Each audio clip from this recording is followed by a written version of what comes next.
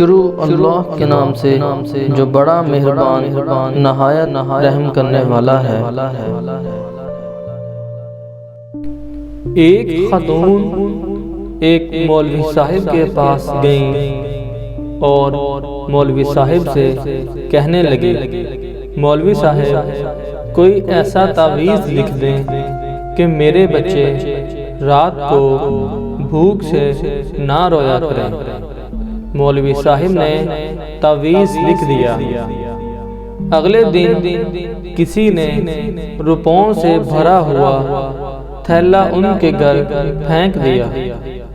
خاتون کے شوہر نے ایک دکان کرائے پر لے لی۔ کاروبار میں کافی برکت ہوئی اور دکانیں بڑھتی گئیں اور پھر پیسے کی بھی ریل پیل ہو گئی۔ ایک دن خاتون کی نظر اس صندوق پر پڑی جس میں انہوں نے تعویذ کو محفوظ رکھا تھا۔ جانے مولوی صاحب نے تعویذ میں کیا لکھا تھا؟ تجسس میں اس نے تعویذ کھول ڈالا۔